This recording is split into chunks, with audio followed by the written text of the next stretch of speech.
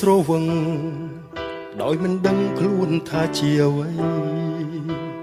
វងវែងលើវិថីដ៏សែនអ៊ូអាប់បងវិខ្ចប់លាក់បងកប់ទុកក្នុងទ្រូងដ៏អង្ភពថ្ងៃនេះដាច់ចិត្តរៀបរាប់ពីទុកស្នេហ៍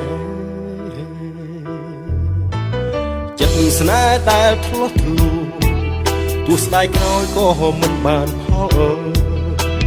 គឺជាស្រមោលដុតរួលឲ្យឈឺចាប់ទ្វេសល់តែចិត្តដែលស្រវឹង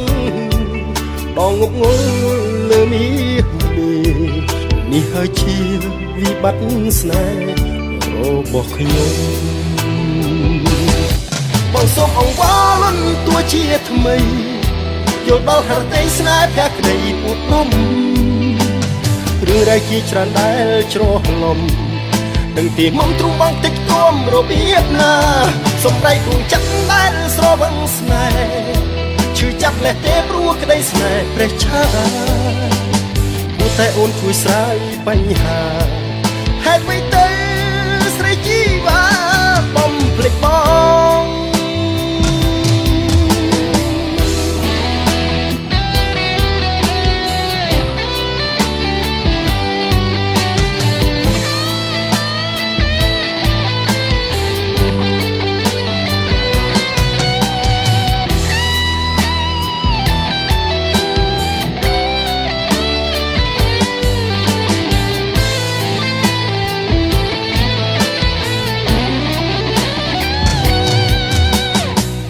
ស្នេហ៍ដែលធ្លាស់ធ្លាយទោះស្ដាយក្រោយក៏មិនបានផលគឺជាស្រមោលដុតរួលឲ្យឈឺចាប់ទ្វេសល់តែចិត្តដែលស្រវឹងក៏ងប់ងល់លើមាសនេះហើយជាវិបត្តិស្នេហ៍របស់ខ្ញុំបងសូមអង្វរលន់តួជាថ្មីយល់ដល់ហេតុតែស្នេហ៍ភក្តីឧត្តមរឿងរ៉ាវជាច្រើនដែលច្រឡំនឹងទីមុំទ្រូងបងតិចទំរបៀបណាសំឡេងដួងចិត្តដែលស្រវឹងស្នេហ៍ឈឺចាប់លេះទេព្រោះក្តីស្នេហ៍ព្រះឆាគួរតែអូនជួយស្រាយបញ្ហាហេតុអ្វីទៅស្រីជីវ៉ាបំភ្លេចបងសូមអង្វរលន់តួជាថ្មី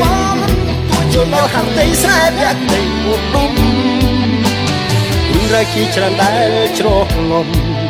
នឹងទីមុំទ្រូងបងតិចខ្ទាំរបៀបណាសំដីគូចិត្តដែលស្រវឹងស្នេហ៍ឈឺចាប់លេះទេព្រោះក្តីស្នេហ៍ព្រះឆាគួរតែអូនជួយស្រាយបញ្ហាហេតុអ្វីទៅ